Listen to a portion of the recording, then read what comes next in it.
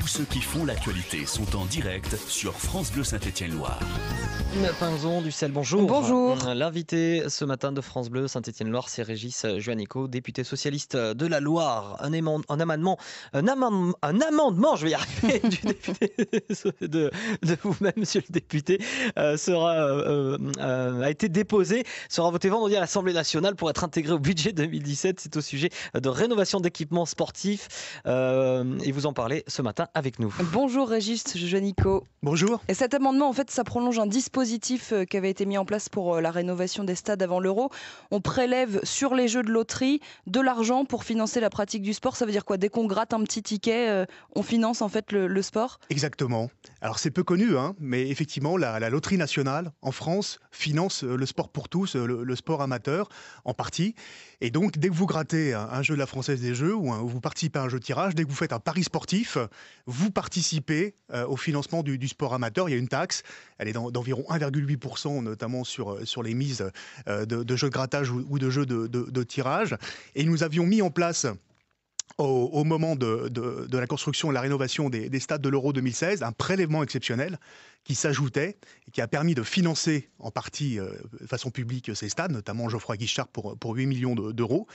Et donc ma proposition, elle est relativement simple. Vous voulez prolonger? Voilà, on va continuer ce prélèvement exceptionnel de 0,3% qui rapporte à peu près 25 millions d'euros chaque année.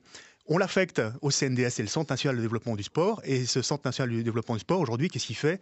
Il finance des équipements sportifs de proximité. Alors, à part des gros stades, ça finance quoi, justement, à part des gros équipements? Ça finance aujourd'hui les équipements sportifs de proximité. Je prends un exemple récent, le complexe nautique de Saint-Étienne, qui a eu une subvention de 500 000 euros sur sa construction.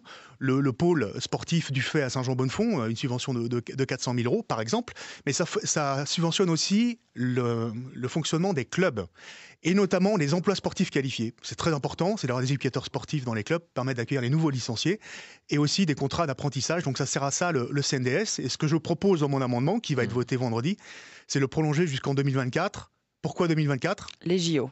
Exactement. Vous avez le petit pins, vous soutenez la candidature de Paris. Exactement. L'idée, c'est de dire les Jeux Olympiques et Paralympiques, c'est pas simplement la compétition pendant les JO, c'est pas simplement l'héritage après, c'est l'héritage avant. France Bleu Saint-Étienne-Loire, 7h54. Le député socialiste de la Loire, Régis Juanico, répond aux questions d'Anne Pinzon du Sel. Il y a une dizaine de jours, le local du PS à Saint-Étienne avait été vandalisé pendant la manifestation pour le désarmement de la police. On en est où?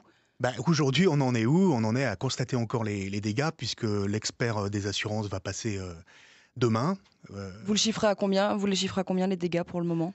On le chiffre nous-mêmes à entre 35 et 40 000 euros. On va attendre de voir les conclusions de l'expert, mais le résultat concret, c'est depuis ce triste samedi, nos permanents, nos salariés n'ont pas pu réintégrer les locaux normalement, n'ont pas pu travailler normalement, puisque l'ensemble de nos vitres ont été cassées. On ne les a pas remplacées depuis. On attend justement que l'expert soit passé, et que tout le matériel qui servait au travail au quotidien de nos deux salariés, notamment l'affranchissement, la reprographie, n'était pas utilisable. Il y a eu des interpellations, l'enquête, vous savez un peu comment ça avance? Il faut demander au procureur de la République et au préfet où en est l'enquête. L'enquête se poursuit.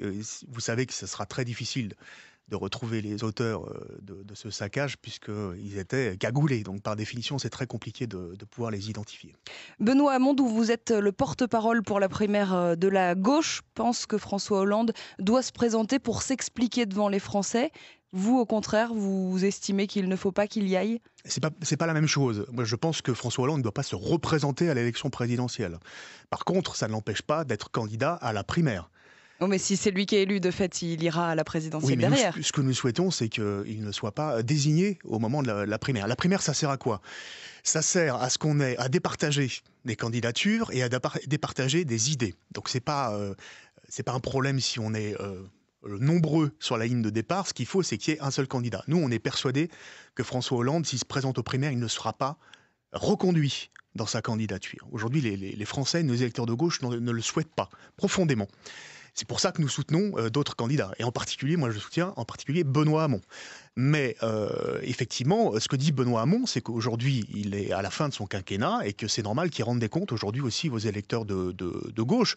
Même si aujourd'hui, on peut se demander légitimement si François Hollande aura la capacité, les conditions politiques pour pouvoir se représenter tout simplement. La question se pose maintenant, véritablement, notamment après son livre. Et vous ne souhaitez pas en tout cas qu'il se représente comme candidat à la présidentielle. Merci beaucoup Régis Juanico d'avoir été notre invité ce matin, d'avoir répondu à nos questions sur France Bleu Saint-Étienne-Loire. Bonne journée. Et vous pouvez réagir bien sûr à cet entretien sur Facebook, sur Twitter au 04 77 10 00 10. Juste avant le journal de 8h, votre éphéméride, ce sera dans une minute.